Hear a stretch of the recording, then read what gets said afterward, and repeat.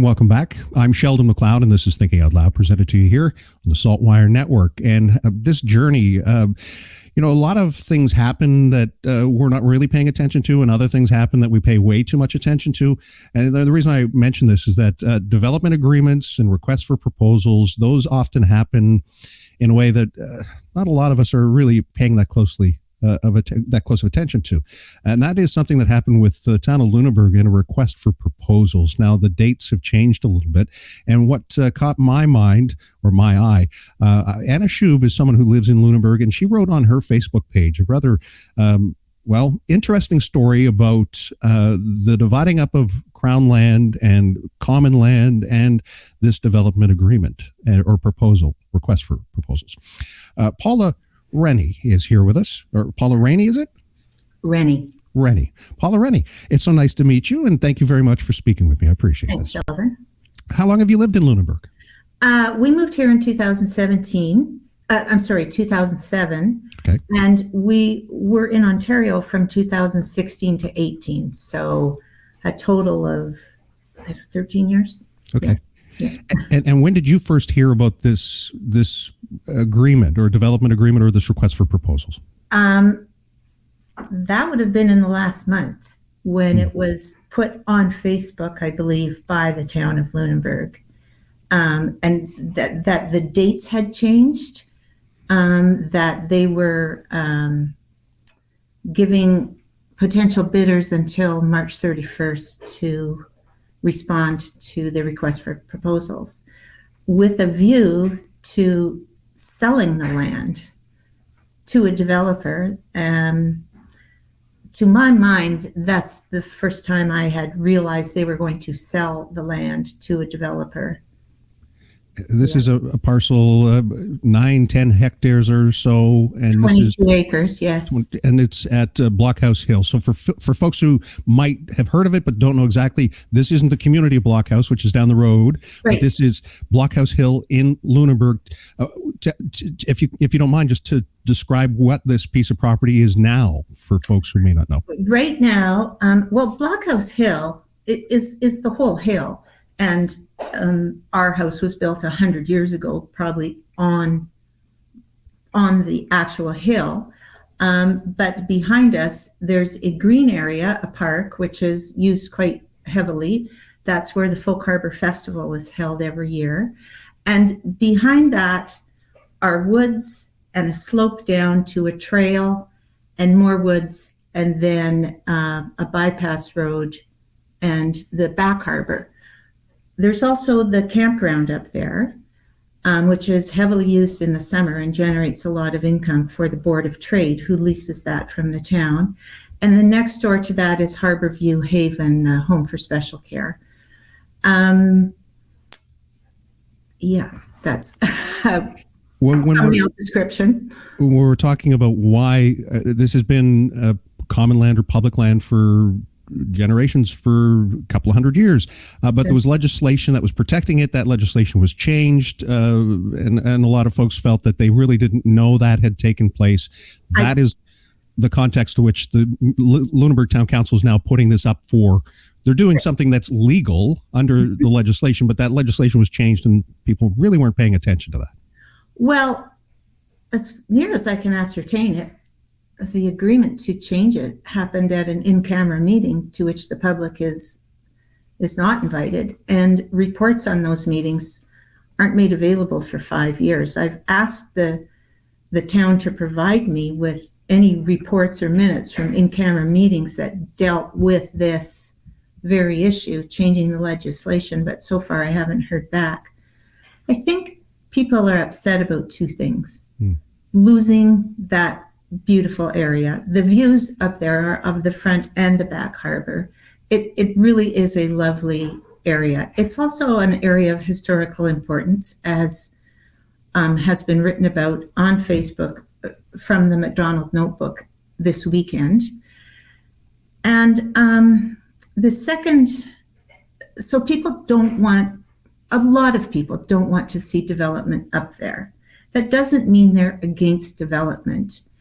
It means they're against development on that very special piece of property. and the rationale for the development that it provides affordable housing, which is what Lunenburg needs, affordable housing, will not happen up there. That is not the place it's going to happen, and that's not how it's going to happen, through a private developer. And sorry to interrupt, but why is the sense that won't happen? Why is there a sense that won't actually fit that bill or fill that need?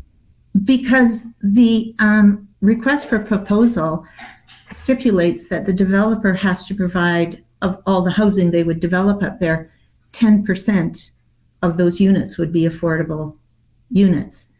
If they're estimating 50 housing units up there, that's 5 affordable units. And they're not even that affordable. What they define as affordable would be $1,600 a month, in excess of $1,600 a month. And I don't see it happening. But the other issue I think that has Lunenburgers really upset is how council got that land under their total control, under that 2017 Act. Who requested that? How did it happen? Those are questions we've been asking, and we're not getting any answers. Right. We want a public meeting. This is a huge piece of Lunenburg. It's a small town. This is a huge piece of land. I think a council of 7 people should not be deciding that on their own, which is essentially what is happening. I'd love to hear your thoughts on, the fact that we have processes in place, but yes, we're so busy, and there are other community groups, citizens groups who have been taking personal legal action, have been taking governments to court to stop agreements. I know there's some preliminary work happening to organize, to get the community together, those folks who are opposed to this. So how far do you go? How much do you invest in this?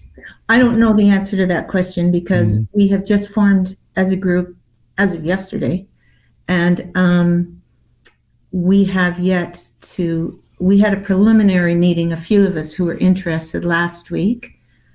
Some of us will be meeting this week to kind of firm down to narrow it down, our opposition to this.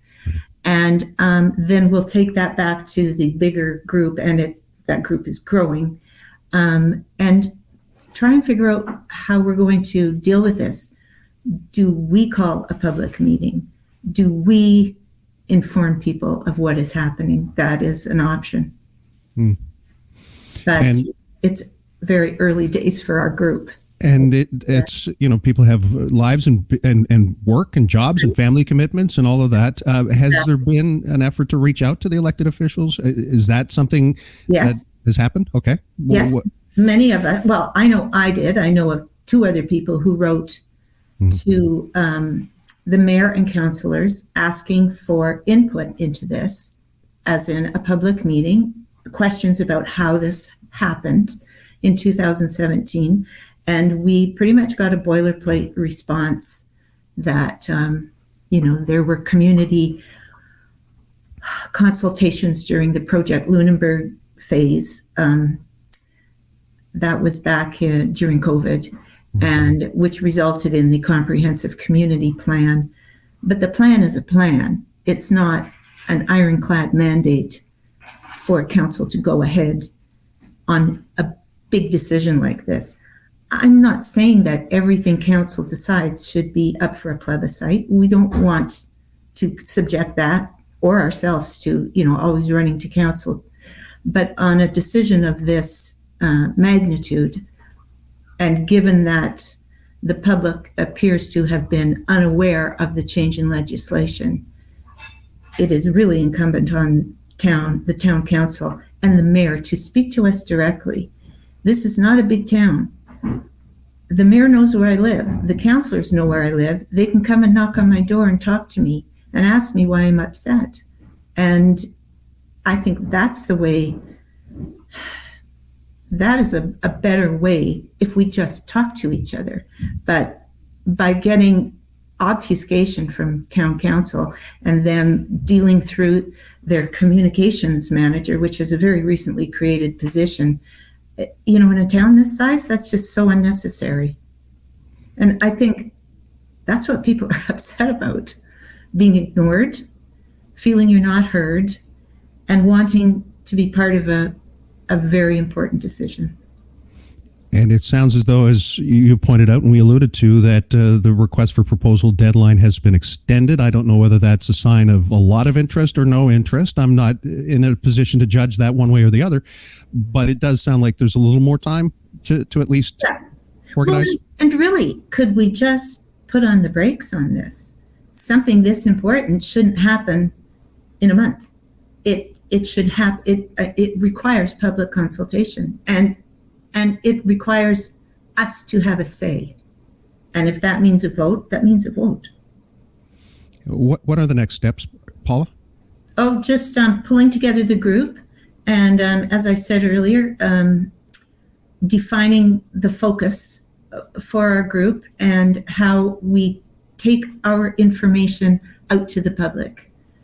And that will be happening within the next 2 weeks, I would say. Yeah, as you said, we all have jobs, we all have lives, so we can't devote ourselves to this full time, although I am retired, so I guess I could. And if you don't mind me asking, retired from, what was your vocation? I was a French to English translator for 25 years. Yeah. As mentioned, this is starting to get traction on social media. Folks who are saying, you know what, I just didn't know this was happening. And I think that, as you point out, is the biggest concern. Mm-hmm. But others might say, well, the process is in place. You know, they published something back in 2017. Why, if you didn't see it then? Or, I mean, there was so many. They didn't publish anything in 2017. Yeah. You would have been having to watch Hansard and check the website where the legislation is posted as it is enacted. You would have to check that every day. And I think most people, A, don't know where that is, and B, don't want to. You know, it's, again, it speaks to trust in your elected officials to keep you informed, not to keep things secret. And we can't be, I mean, we elect people for a reason, but they govern, it's governing with consent. Am I right? Right. Yeah. You mentioned the piece by Anna Schub had mentioned prior Liberal member of the government in Stephen McNeil's cabinet who had helped bring that legislation forward. And there's an allusion to Susan Corkum-Greek, and I've known Susan off and on as someone in the community who was a reporter for years. She's been with the Board of Trade. Have you reached out to her? Has she spoken with? Not yet, but that's on the table. And again, as a group, we'll have to decide that. And yes, if she could help us in any way, that would be enormous, just enormous. Yeah. Well, we will leave it to that for now. And I'm sure a few people are just hearing about this for the first time. Paula, thank you so much for taking some of your time today to share with us and tell us what you've been going through and the members of your community are concerned by. Okay. Thanks a lot, Sheldon.